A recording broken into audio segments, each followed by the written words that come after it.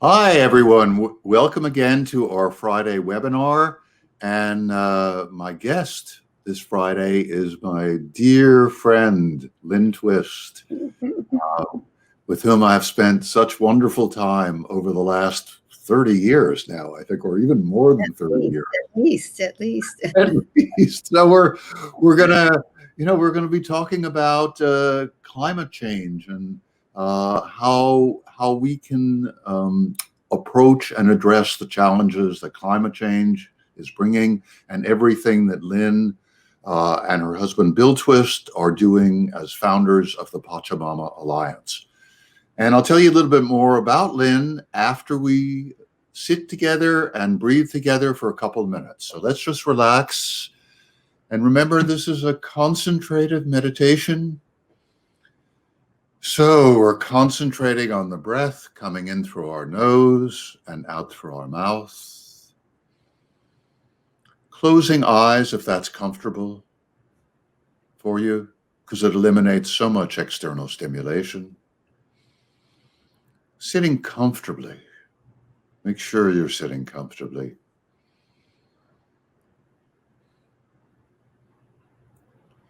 Focusing on the breath coming in through the nose and out through the mouth. On our bellies being soft and relaxed as we exhale. And on the word soft as we breathe in, and belly as we breathe out.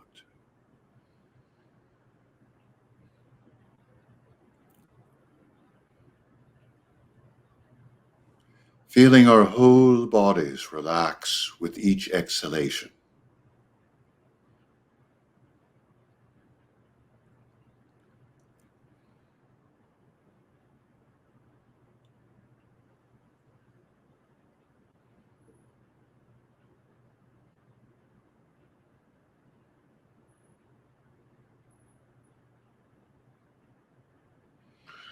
If thoughts come, notice them, let them come, let them go.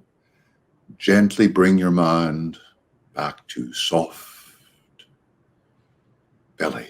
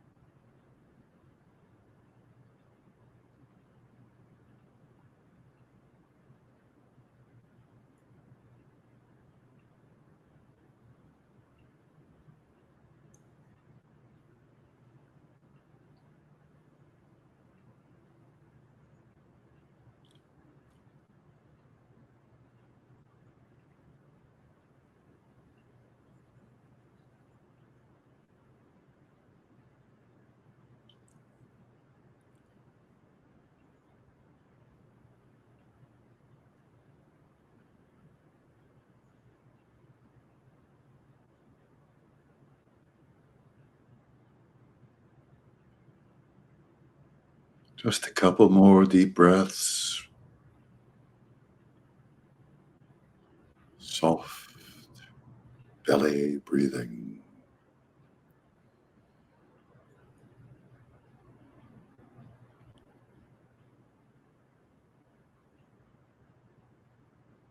Okay, let's open our eyes, bring our attention back in the room. And you'll remember that this soft belly breathing is designed to bring us back into balance physiologically, psychologically, to help us be present. So it's very appropriate that Lynn is my guest this afternoon, because Lynn is somebody who has helped me and the Center for Mind Body Medicine come into balance many times as a consultant over the years to me and to our organization. And she's also worked for many, many years helping people achieve balance in many ways that are central to how we live our lives. Not only the balance between ourselves and the natural world, which has been so severely disrupted, but also achieving balance in how we deal with issues that are of intimate and often problematic importance, like money. And she's written a wonderful book called The Soul of Money, which really so many people, including Oprah Winfrey, have found very, very helpful in terms of thinking about how do you think about money and how do you deal with money. So Lynn is somebody who, in whatever she does, wherever she goes, she brings balance and she brings compassion and a huge heart that helps people to connect with what's best in themselves and what's best in the world around them, in the people around them, and in the natural and human-made world around them. So Lynn, it's as always, it's great. We've been having a conversation for more than 30 years, and this is a continuation of our conversation and an expansion of it to focus on what Lynn and Bill Twist and the Pachamama Alliance, which she'll tell us about very soon, to what you're doing. But first of all, I want to ask you a little bit opening question of who is Lynne Twist, and how did you get to be who you are doing what you're doing right now? Share with us. I think people really be interested, because it's wonderful how you've, to use Joseph Campbell's phrase, how you followed your bliss and your passions and your commitment over the years. So tell us a little bit about you. Oh my gosh. So let's see.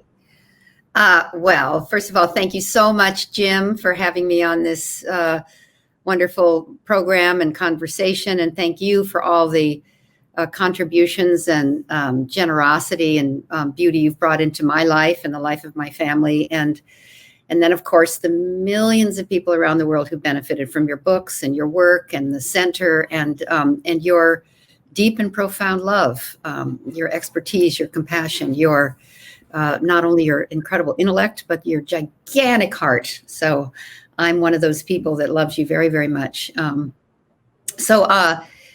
I was born and raised in the Midwest, and I went to Stanford and found my beloved, my soulmate, Bill Twist, and married him 54 years ago. And we're still together.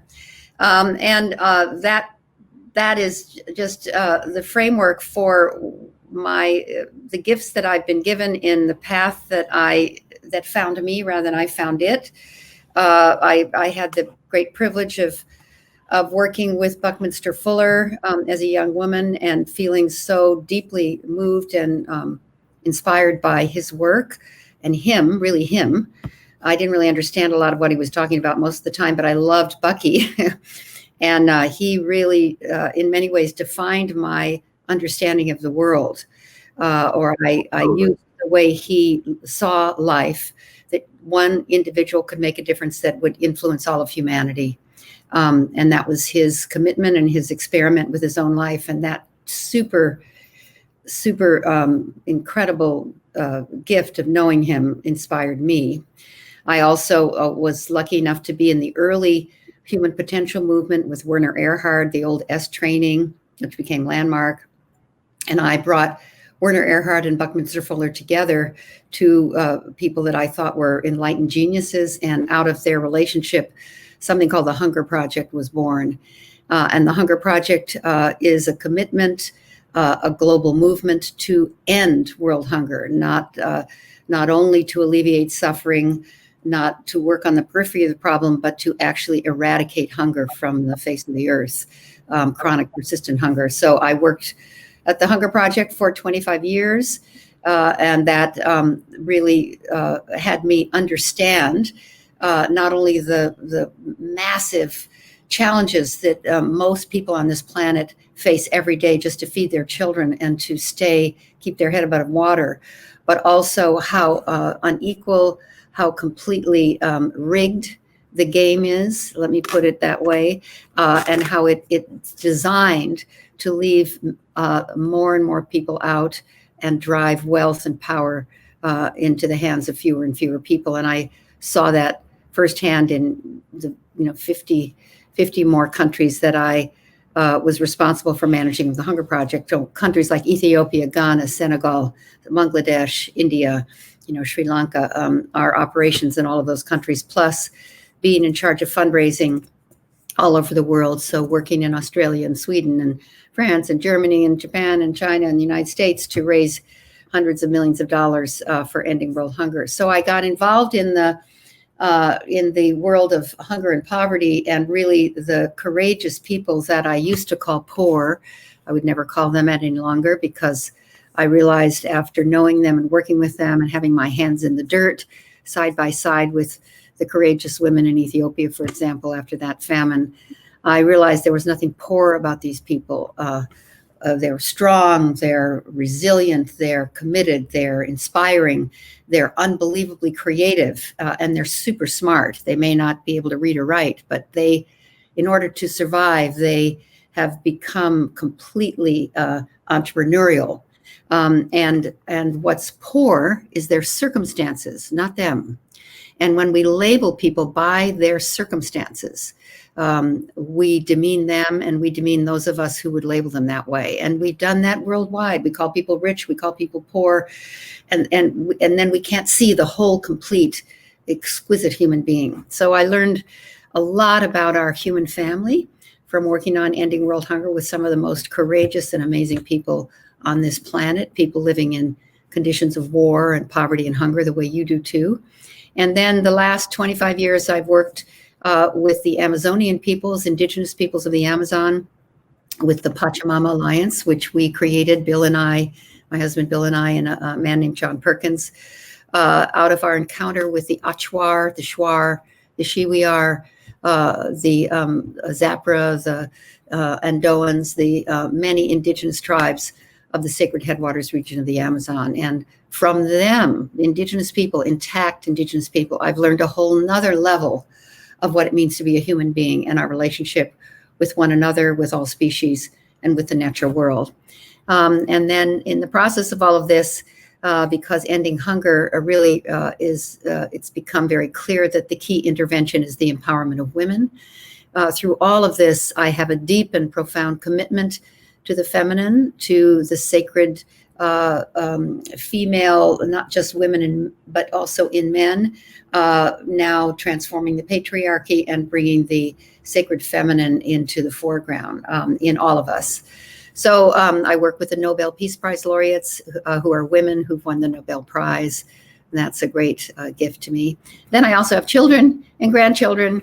And then I have my friends like Jim Gordon. So that's the short version. It's a beautiful version, and I think what everyone can feel, and what I could feel again, is deeply moved, and your incredible generosity. Mm-hmm. You're always present, always generous, whether it's in the work you do in the world, or when I show up at your house and I need a bed. There's always another bed. There's always a place, and there's always a meal. That generosity, I'm just coming to my mind now. What are your thoughts about before we focus on the environment? What are your thoughts about the importance of generosity during and of your heart and the way you look at the world in this time of COVID-19? What's coming to you as you and your family are dealing with it, and all the people you work with around the world are having to struggle in the face of this pandemic?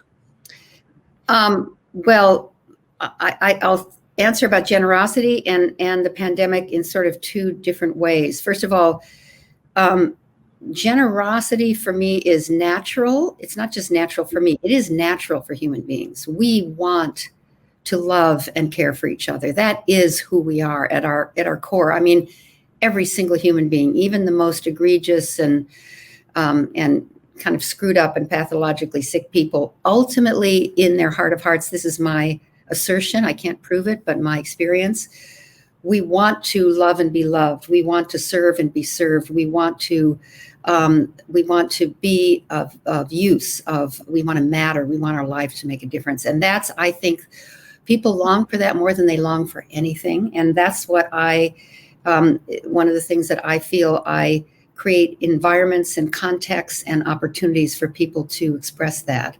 And some people call that fundraising. Some people call that philanthropy. Some people call that service. Some people call that volunteering. Some people call that activities and activism. But I actually think it's love. And I think it in the heart and soul of every human being, that's actually what heals, what is where we want to land and be, and that's our home. And if you have that ground of being and that point of view, that's what you see. You know, it's like if you have a hammer, you see nails. Well, what I see is people love and want to be loved. And so that framework has been, I don't know if it was given to me or I discovered it as a child, but that was how I was raised. And also then I had the great privilege of working with Mother Teresa and learning from her and being in her presence and watching her and knowing her and knowing Bucky, who actually was completely motivated by love. And I think that's true of Jim Gordon, completely motivated by love. When people find that groove in who they are, everything else falls away and there's nothing that matters more than that. So, and I think generosity is natural to people, and I think generosity is who we are. And so I'm always lifting the veil of discouragement, lifting the veil of disappointment, lifting the veil of I can't make a difference, so that people can see that none of that is really true. And then they're in touch with who they are. Then with the COVID, the pandemic, I'll just say it has in many ways stimulated and catalyzed our generosity, I think. Now, it's also done a lot of other things, but I think that we are naturally concerned about each other in a way that is new or fresh, not new, but renewed and rejuvenated in many, many, many people. And it's revealed and unconcealed the lack of equity and inclusion and the enormous disparity in our culture while it is affecting 100% of humanity. So I don't know anything other than climate, but it hasn't been acknowledged the way COVID has, that impacts every single living human life. That we're all going through this together, in this together, even though it's a different impact on some people than others. That's something to pay attention to. That's something to celebrate. That's a gift.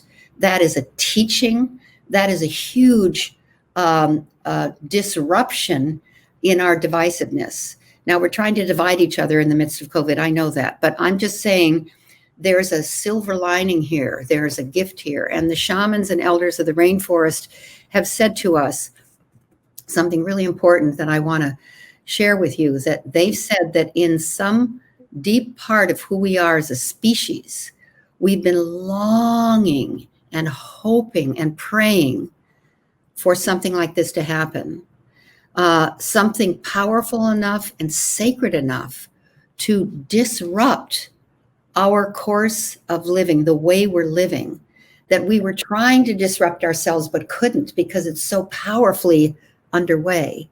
That is destructive to one another and destroying the very life support system on which we depend. And we all know it. Even people who deny it, they know it in their heart of hearts. There's no way they don't. It's in their body. We are an ecosystem. We're part of the ecosystem. So the shamans and elders say that the virus, everything comes from the earth, everything, the computer you're looking at, the technology that makes it possible for us to be connected the way we are. The virus also comes from the earth, and they call her the mother, has given us this virus, not as a punishment, but as an ally. It is what they call an announcement. They call it an announcement and an ally to disrupt and help us change course. And that's in their view that, of course, there's death, there's horrendous suffering, there's tremendous loss. But any disruption, any change of course, any transformation often requires or calls in a kind of pain and suffering that can be the source of the depth that one needs to go to create the transformation. I mean, you're an expert in this. But I would say the virus, if we think of it, it's not happening to us, it's happening for us. That's from Byron Katie and Paul Hawken. But I love looking at it that way. It's not happening to us, it's happening for us. Then we can reap and harvest not only own the pain and suffering that isn't really caused by the virus, but caused by where the virus comes from, which is interspecies, interruption, us encroaching on every species territory in a way that, we will get virus after virus after virus unless we cut this out.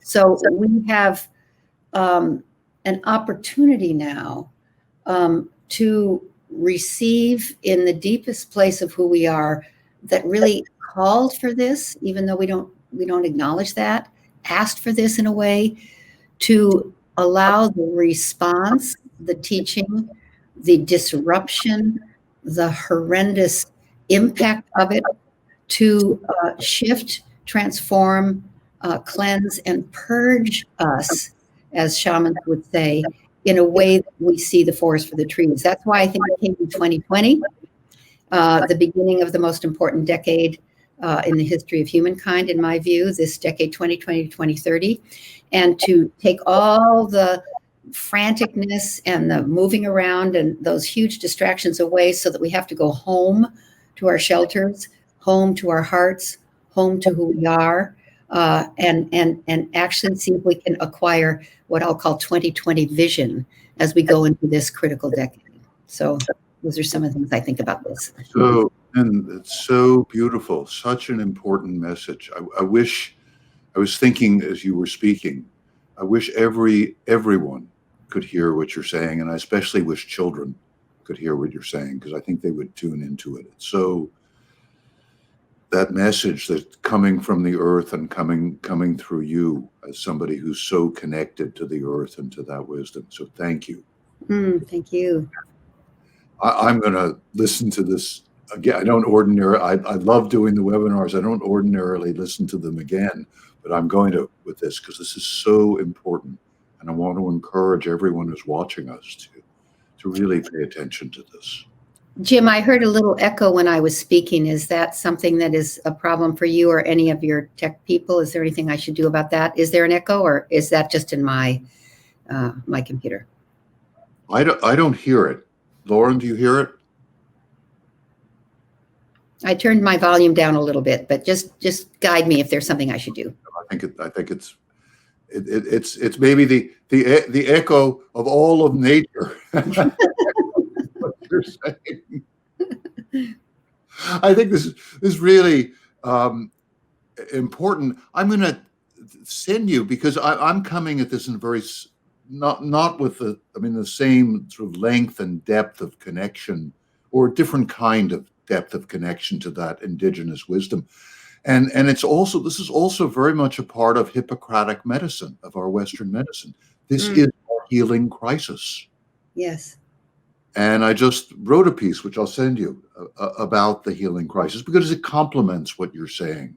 But the wisdom that has come to you, as you describe it, is seeing what one person can do. And you are one person who's done extraordinary things, and who's also been able to help me and so many others appreciate ourselves and appreciate one another more, and have this reinforce our temptation to love and help give us the courage.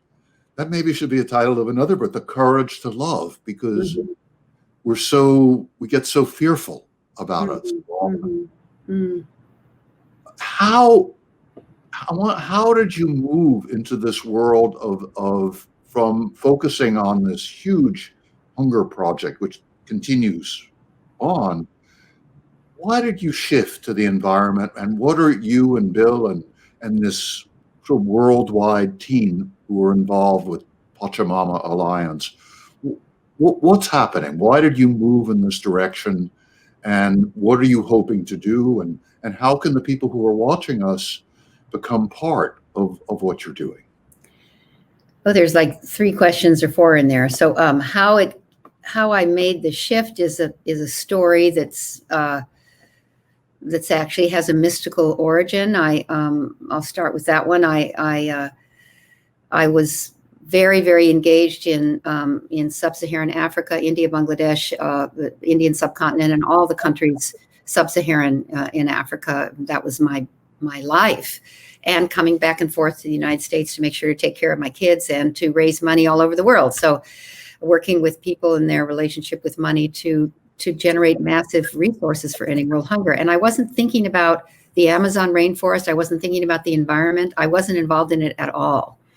And in 1994, I did a favor for a donor and went to Guatemala to help train his development director. And on that trip, John Perkins was part of it. And we took a group of donors on this trip, and we had the opportunity through John Perkins, who's a very important friend of ours and the co-founder of Pachamama Alliance. We had an opportunity to see a Mayan shaman. So we went to see this wonderful man, Roberto Pose, and we did an all-night ceremony around a big fire where the shaman, without any medicine, just drumming and chanting, asked us all to, quote, journey. And I didn't know really what that meant, but I knew it meant closing your eyes, and it was midnight and I was tired, so I did. With our feet towards the fire, there were 12 of us, like a wagon wheel around a fire that the shaman built on a mountaintop in Guatemala. And as I closed my eyes and listened to the drum beat of the shaman and his incredible chanting, his voice was just mesmerizing, hypnotic. His singing, I can't imitate it, but just awesome, just so beautiful. And it was a starry sky and the fire crackling. It was super romantic. I thought I was in some sort of a movie. And then I felt my right arm quiver and start to shake and turned into something that I had to extend. And then my left arm started to quiver and turned into something I had to extend. And then I felt something growing on my face, and I realized that I had wings and I absolutely had to fly. I could not lie there for one more second. And I lifted my body up very slowly and like in slow motion with these gigantic wings. And I looked down to see the campfire, still the 12 people with their feet towards the fire, and I could see myself down there, and I could hear the shaman's voice and the drumming. It wasn't distant, it was right there still. And I began to fly into the starry night sky that was so exhilarating and glorious. And then it started to dawn, and I looked down, and I was flying over a vast, vast, vast unending forest of green. It was simply magnificent and awesome. And then I'm flying in slow motion, kind of like this. And then at a certain point, these disembodied faces of men with orange geometric face paint on their faces and yellow, red, and black feather crowns on their heads started floating up from the forest floor through the canopy to me, this giant bird, calling to the bird in a strange language that I didn't understand, but it was so beautiful and hypnotic. And then they would disappear into the forest, and I just kept flying, and then they would show up again and call to the bird, and this went on, and it was just gorgeous. I mean, it's gonna make me cry talking about it. And I loved this encounter with these faces.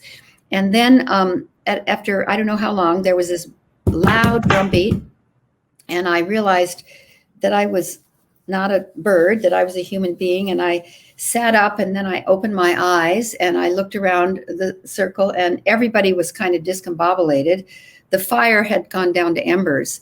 And then the shaman asked all of us to share what had happened for us. And we went around, and this was all translated into Spanish and then into Mayan. So it was very cumbersome, but eventually it came to me, and I shared what I just shared with you. And the shaman gave me the weirdest look. And then it went all the way around to John Perkins, and he had the same vision that I did. Mm. And then the shaman completed the ritual, asked John and I to stay after the other people left, and told us that we were being contacted by an uncontacted tribe, and we needed to go to them. We were being called to people who had wanted first contact. And I didn't even know what that meant, actually. But John Perkins had been working in the Amazon for 30 years, and he knew exactly who they were. He knew exactly where they were. And he told me, Lynn, this is the Achuar people. They're ready for contact. We have to go to the Amazon. I said, the Amazon rainforest, I don't know anything about it. I don't speak Spanish. I'm ending world hunger. I don't have time to go to the Amazon. You go to the Amazon. I'm ending world hunger. And he said, this will not leave you alone until you go. And sure enough, the visions kept coming in my meetings in Africa, when I was on airplanes, when I went home, when I closed my eyes. The faces never stopped until I surrendered, and we took, John and I took 10 other people. They asked for 12 people in their first encounter, and Bill Twist was my first choice, so he came with us to see the Achuar people in the Ecuadorian Amazon, in the most remote rainforest on this planet. And we had an encounter with these indigenous people who had the orange geometric face paint, the yellow, red, and black feather crowns on their heads. That changed my life forever. They asked for our partnership, and we agreed. And even though I had huge responsibilities with the Hunger Project, somehow I couldn't deny this calling. And so it took me 2 years to reallocate myself from ending hunger to working in the Amazon. And I got malaria, which I think you remember was very helpful, because I couldn't work for anybody and do anything. I just had to get well. And that gave me 9 months of downtime to really realize this was a shift in my understanding of what I'm here to do. So we began the Pachamama Alliance. And from that very, very powerful encounter, very mystical and very undeniable encounter with the Achuar people, the whole Pachamama Alliance was born, because the indigenous people said, we need your partnership. If you're coming to help us, don't waste your time. But if you're coming, if you know your liberation in the modern world is bound up with ours, then let's work together.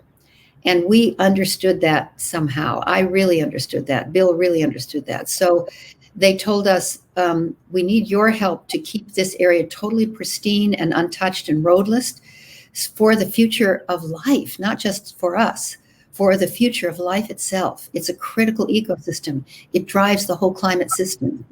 But we also need to have you go home and what they called change the dream of the modern world. Change the dream of the modern world, a dream that's rooted in consumption and acquisition and marginalizing most people, and shift it to a dream of environmentally sustainable, spiritually fulfilling, socially just human presence on this planet. So we not only work with the indigenous peoples of the Amazon to preserve that precious, vital, primary ecosystem, but we also work in 88 countries to help people change the dream of the modern world from what it is now, acquisition, accumulation, more of everything, to living in an environmentally sustainable, spiritually fulfilling, socially just human presence on this planet, which is really what you do. It's healing us from a mindset that's killing us and killing each other and killing the very life support system on which we depend. So that was a really long answer to question number 1 of your 3-part question. But I'll just say people can join any part of the Pachamama Alliance by going to pachamama.org and taking our online courses that will really wake you up, whoever you are, to what you need to do, what you can do, what you have the privilege of doing at this critical time in history to change the dream of the modern world. So That's beautiful. That's a wonderful story. I've actually never heard that story before. You haven't? No, I Oh my didn't. God. I just kind of, I don't know. But I assumed something extraordinarily powerful happened. I just didn't know the details because, and as you tell the story, Lynn, and as you share it and share yourself with all of us, that feeling is so powerful. You can feel, what happened with you, and then your commitment to this changing the dream. And what I'm struck by is how this vision and what you're doing with Pachamama is even more important at this moment, and that it ties in very much with what you were saying earlier about having to work with that the pandemic is for us. It's not just something that's happened to us. So it's beautiful to hear and so inspiring, so hopeful.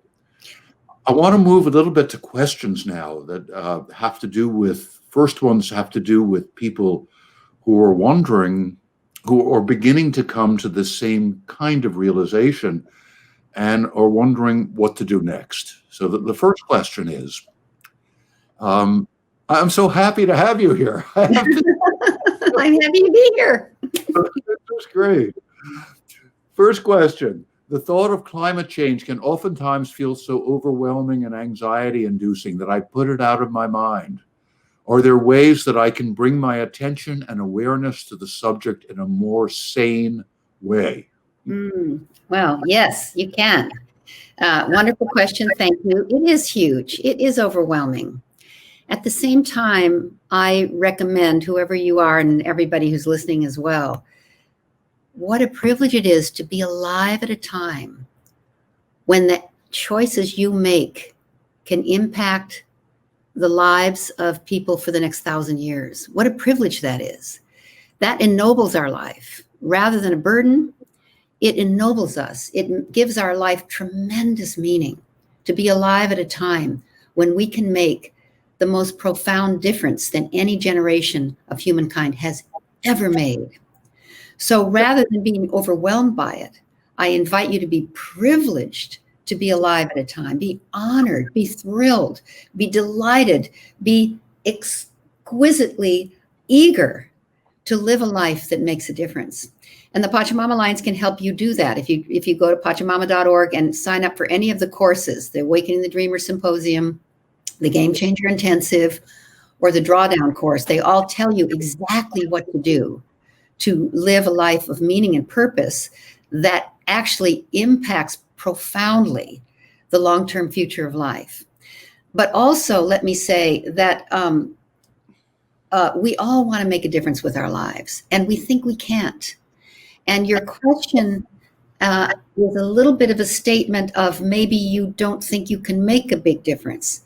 I want to refute that. I want to question that. I want to actually insult it, because there is no one on this planet who doesn't really long to make a difference with their life.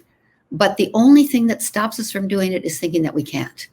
And if you can just abolish that, that's what Jim did some time ago. He decided, no, I'm just one guy, but I can make a difference that impacts all humanity. I can go to war zones and make a difference. I can train hundreds, thousands of people to be lay practitioners in healing trauma. I don't know if it's possible. I don't know where I'm going to get the money. I don't know who's going to do it with me, but I'm going to do it anyway.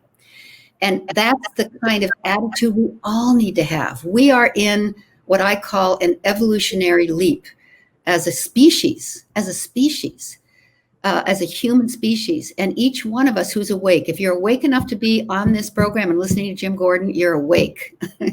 You're one of the people who has the opportunity and the listening and the consciousness to be part of that evolutionary leap.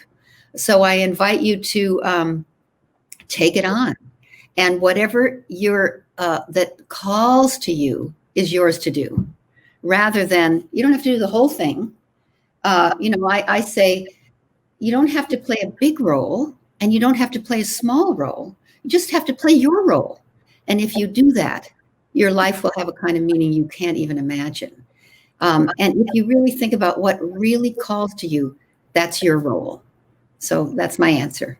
Beautiful. What we do, and I'm going to come back to you in a moment, but what we do is we begin my work, and you're absolutely right about me, and as well as about you. We were, for whatever reasons, we had experiences that called us to this. We felt we could do it. We were willing to step out and take that chance. It's not so easy for a lot of people. We felt we had to do it.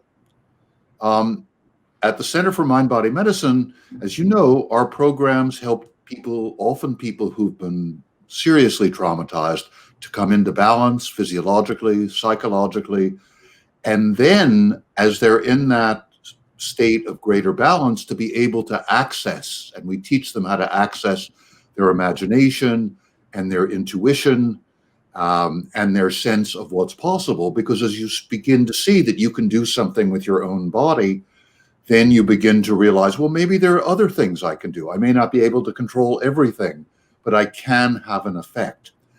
And I'm wondering then what the next step is that you're inviting people to. Ours is, focused on these techniques and helping them come into balance, use their imagination, creating communities of support so people can share what they're discovering with each other.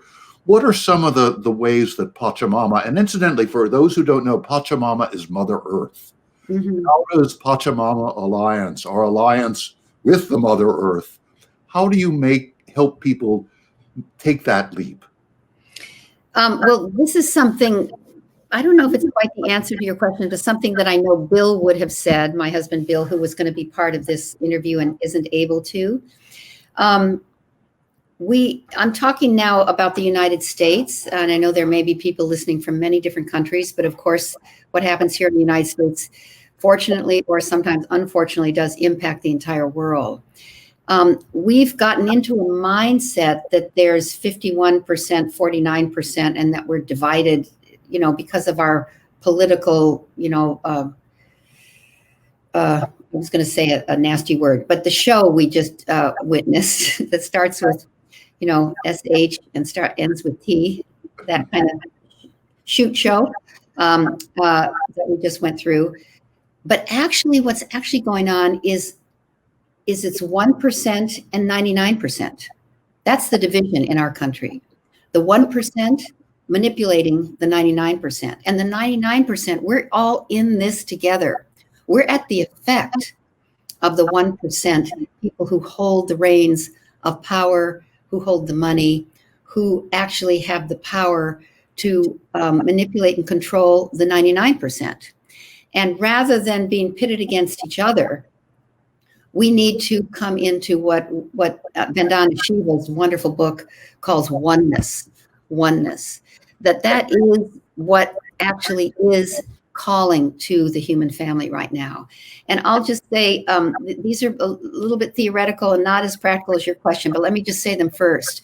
Buckminster Fuller taught me 50 years ago that we need to move from a you or me paradigm, a paradigm of scarcity, a belief that there's not enough resources for everybody and somebody's going to always be left out, which is a false understanding of the world. I want to declare that. It's a totally false understanding of the world.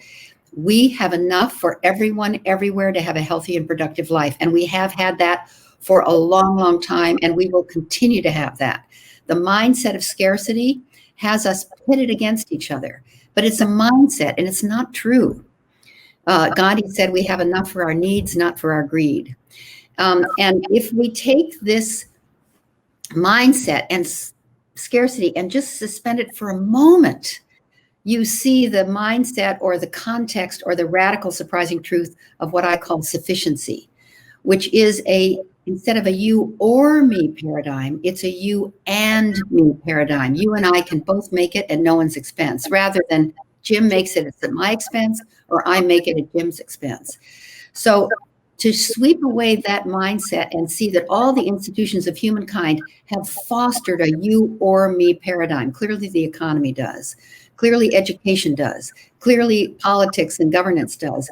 And clearly actually even religion does. Mhm. But it's time now to let these institutions that are all crumbling before our very eyes, completely falling apart, all of them, because they're rooted in a paradigm that's no longer accurate and probably never was.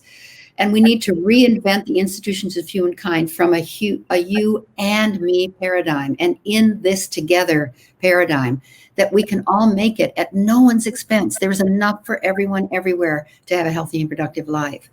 So to hold that vision and to begin to operate consistent with that and find ways of being and practical actions that foster, foment, reinforce, and affirm that paradigm.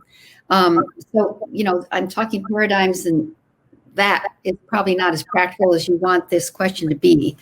But I think people need to reach out to each other more than ever, take care of each other more than ever. The compassion is the name of the game, compassion and resilience right now. The COVID situation has given us the opportunity to reach out to each other. Even though we're socially distanced, we're connected more than ever before, because we're clearly, this proves we're one biology. We are one biology. The virus doesn't know how much money you make or what the color of your skin is or how you pray or what religion you are. The virus is everywhere. We are one biology. And that teaching is the way we need to respond to the virus. We are one biological system. We are one human family. Oneness is the way through this. It is the teaching. And the 1% that have so much power don't have anything over the 99%. And we're not against them, whoever they are.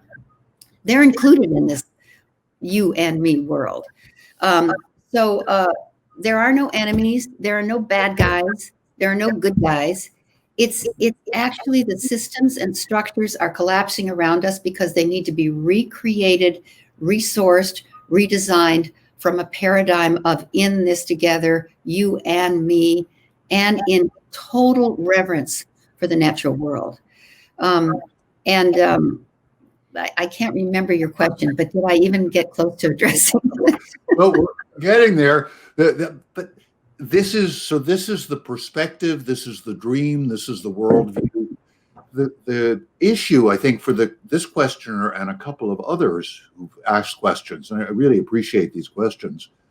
We're not going to be able to get to all of them this time. We'll have to do this another time too. But how do I get from my isolated place where I hear even if they can hear what you're saying about the oneness and about our inextricable connection with the natural world, that we are the natural world, how do you help people make that step beyond the boundaries that are set up by lowered expectations or fear or the sense that I'm not enough or there's not enough out there? What can you suggest to the people who are watching us? How can they do that?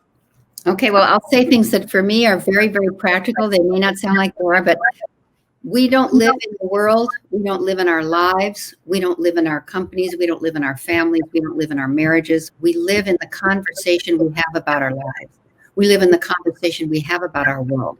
We live in the conversation we have about our relationships, our marriages, our work.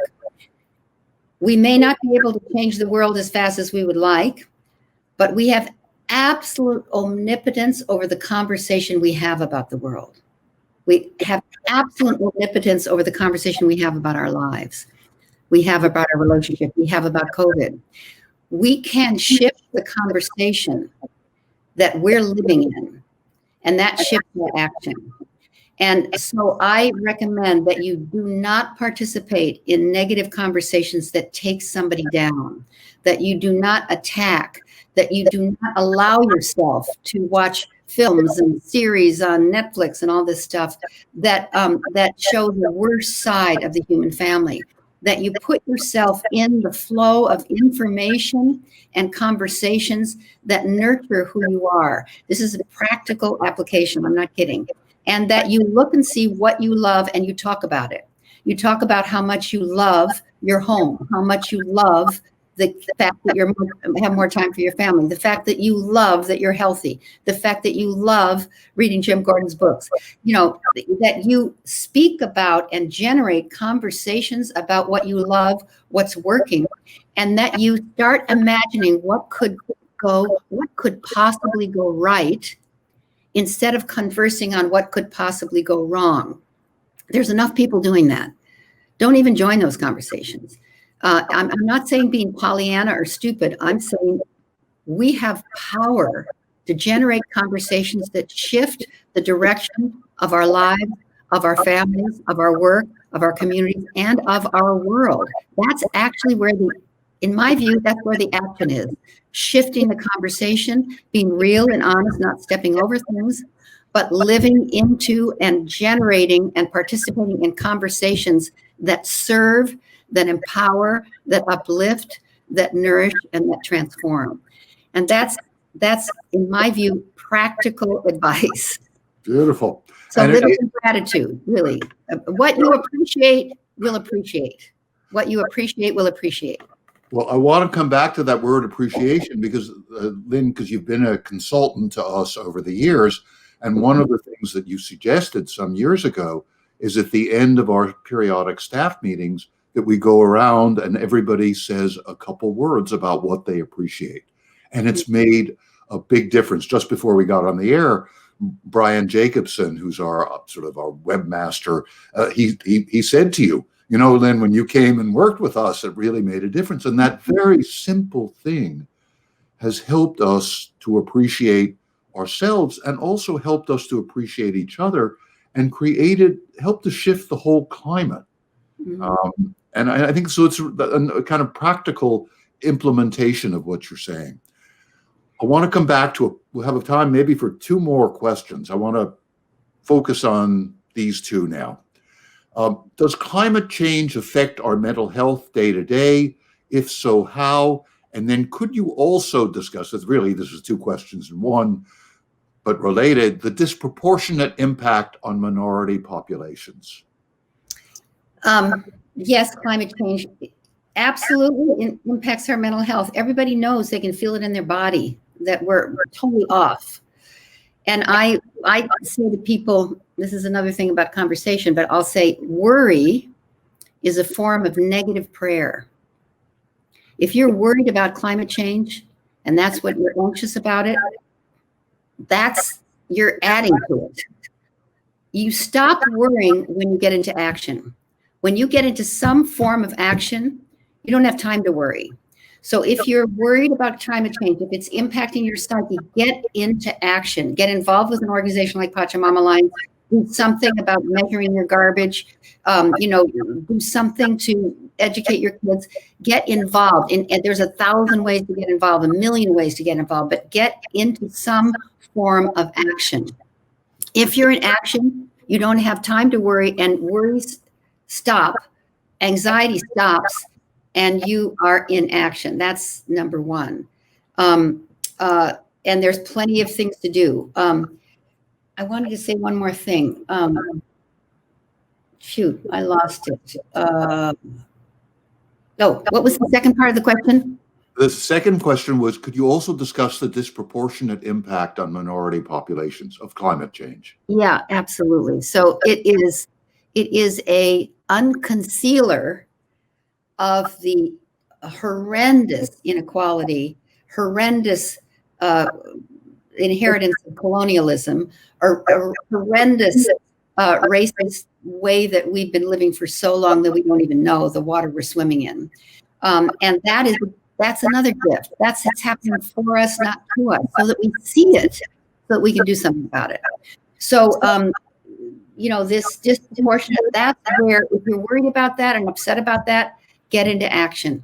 Action being taking action in service of inclusion, diversity. We have I'll just tell you stuff that we do, just that in our family. So my grandchildren they're involved in something called the Family Serving Families. And they take food once a month with masks and everything else to immigrant families in the Bay Area that they, like, as much as we can, a whole supply of beans and rice and dry foods. Visit them, make sure they're okay, take care of them, make sure they haven't gotten COVID once a month. And now in the Christmas holiday season, every 2 weeks.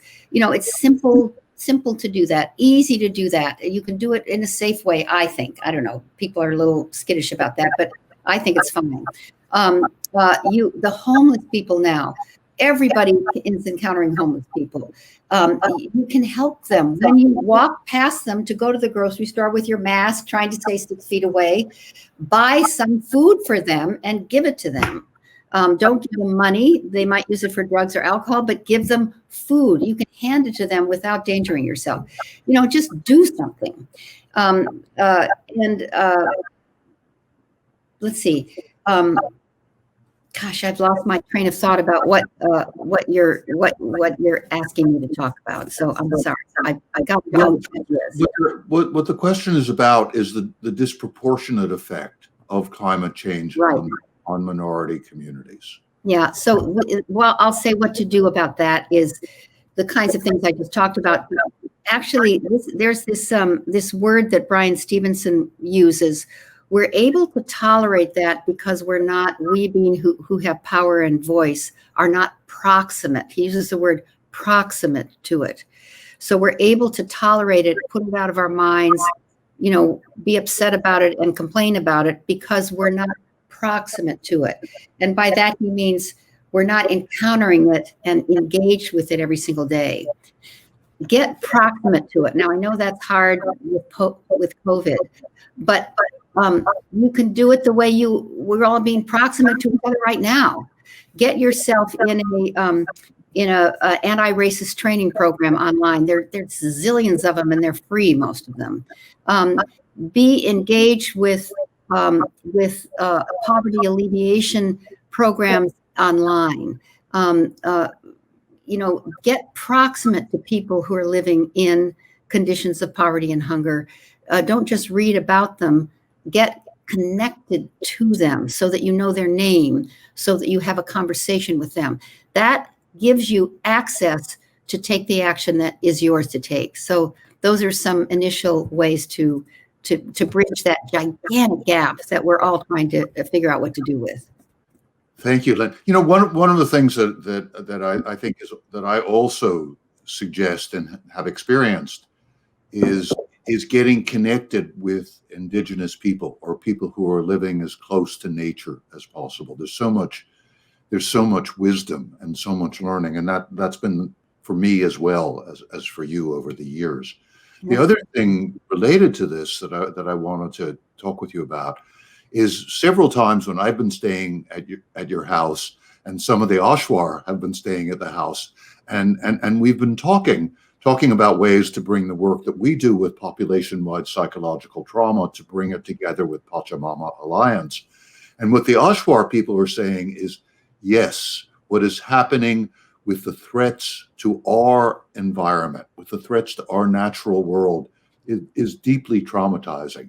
And what I'm struck by is, first of all, how open they are to what I have to offer, as well as how much they have to teach me. And I wonder what your thoughts are about this kind of alliance between climate change and consciousness change. How can we do more to bring ourselves together and to make this more of a, more available to people all over the world? Well, I think climate change is demanding a change in the climate of our thinking. So to me, they're very related. It's even the words are the same. When you change the climate, the context of your thinking, it actually changes your action. So, and one of the, this is another thing that I do, but I actually do talk to the trees. So, I really do. I go outside and no matter where you live, there is a tree somewhere or some part of the natural world that you can actually spend some time with. I mean, it's like 5 minutes. there is a power there. And I know this sounds like a little wacky, but I'm not kidding. This really has power, or a body of water to create. I say to people, the more digital we get, the more ritual we need. The more digital we get, the more ritual we need. And by rituals are, I think, really important to developing our consciousness and connecting our consciousness with action. So rituals that involve the natural world, that involve being conversant with some aspect of the natural world that's near you, a forest, a tree, a garden. Veterans, Jim, who come back from these wars, some of the greatest healing techniques for them is starting a vegetable garden. Yes. And something happens to them. They're in communion with something way larger than their own mind. They're in communion with the very fabric of life. So being in communion with the natural world in some way, even the slightest way. I sometimes take a glass of water. I speak into the water my intention, my love, my gratitude before I drink it. Now, that sounds kind of silly. I don't do this in public, but I promise you, things like that, rituals like that, give us access to the extraordinary conscious messaging that's coming through the natural world right now. It is speaking to us really loud. That's what the climate crisis is, feedback from the mother. It is a communication. So I say that getting in communication with the natural world in kind of ritual ways that I'm suggesting seem silly, seem kind of like crazy, but I promise you they will make a difference in your life and give you something that fills out the consciousness space that we're all clamoring to expand. So I think, Lynn, that's beautiful, and it's also grounded in science. We live in this world where we need science to reassure us that we're doing the right thing, and the science is very clearly showing. And I talk about this in the transformation. The science is very clearly showing the power of nature to heal us, and that when we're going through a traumatic time, if we spend a little more time in nature, as you describe it, whatever it is, that it will change the way our brain functions. It will change the internal climate, literally, physiology and the structure of our brain. It'll make us more open, relax us a little, improve our mood, make it easier for us to connect to other people. And of course, as nature gives to us, which, as you say so eloquently, it does, if we're open to receiving, that makes us want to give back to her as well. Mm-hmm. Yeah, absolutely. So I could go. We could go on all afternoon. We've been going on for 30 years, but we have to bring the webinar to a close. I'm wondering if you have any. I just think everybody should get to know Lynne Twist.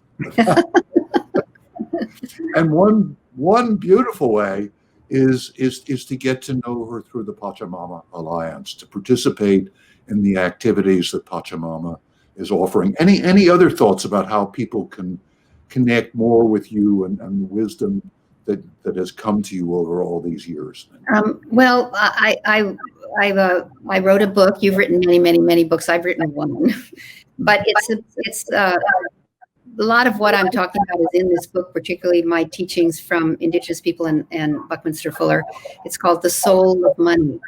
And it is about our relationship with money, but it's really about our soul. It's about the times we're living in. And so I have something called the Soul of Money Institute,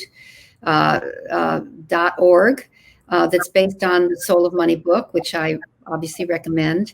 And the Soul of Money Institute, we have a whole lot of online courses. I mean, not as many as many people do, but we have some online courses that I would love for people to access that are about money, but they're really about everything that I've been talking about. I want to just say I want to leave people with one more thing, if that's okay with you, Jim. There's a prophecy about this time in history that I think is the Sophia Century. The 21st century, in my view, is the Sophia Century, and I'm writing a book about that right now. And it's based on my understanding of a prophecy that says in the 21st century, the bird of humanity, which they say, this is the Baha'i people, have two wings, a male wing and a female wing. And they say that the bird of humanity has been flying primarily for hundreds of years with the male wing, because the female wing has not yet been fully extended. It's been folded in and not yet fully expressed. So the male wing, in order to keep the bird of humanity afloat, has become overdeveloped, overmuscular, and now violent. And the bird of humanity has been flying in circles for hundreds of years. But in the 21st century, the female wing in all of us will fully extend, and the male wing thus can relax a little bit, and the bird of humanity will soar for the first time in hundreds of years. And I call that the prophecy about the Sophia Century, when the feminine, the female, the heart and mind of humanity will begin working together, that we've gotten sort of stuck in the male intellectual in the mind, and the heart has been, kind of second class. And when the feminine in all of us and the masculine relaxes a little bit, and the patriarchy begins to dissolve, we have a chance. We have an opportunity. We have an aperture for a healthy and productive future. So I wanted to say that properly because I love it so much. And I'm writing a book about the Sophia Century and doing a course on the Sophia Century. And all of that is on the soulofmoney.org website. Thank you. Thank you, Lynn. And thank you for giving us an experience of what it's like to fly with both wings. Really, this whole time together has been such a beautiful experience of who you are and of that male-female balance, that healing that we all need, and the healing that our Mother, the Earth, can bring to us as we bring it to her. Mm. Thank you again, as always. It's just so touches my heart to hear you, to have this chance to be with you and to share you with so many people who need to meet you and enjoy you as I do and learn from you. Thank you so much. So we're going to conclude just with a minute or two of slow, deep, soft belly breathing. And next Friday is Christmas, and I won't be with you, but I will be with you on January 1st, on New Year's Day. So for now, we'll bring this session that is filled with Lynn's generosity and compassion and love to a close by breathing together, just relaxing into this space, to this moment.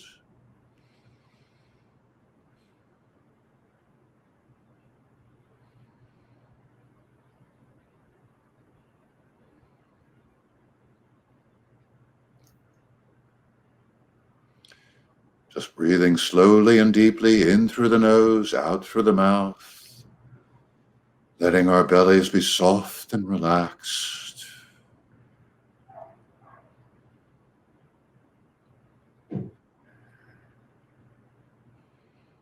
And as I'm relaxing into my body, I am feeling myself, and perhaps you are as well, flying with both those wings. Breath in me and the breath and the air around me, around us all, in us all.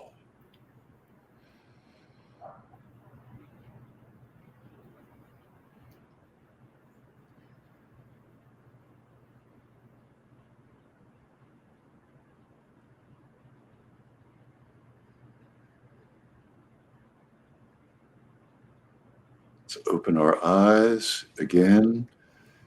Thank you, everyone. And Lynn, thank you so much.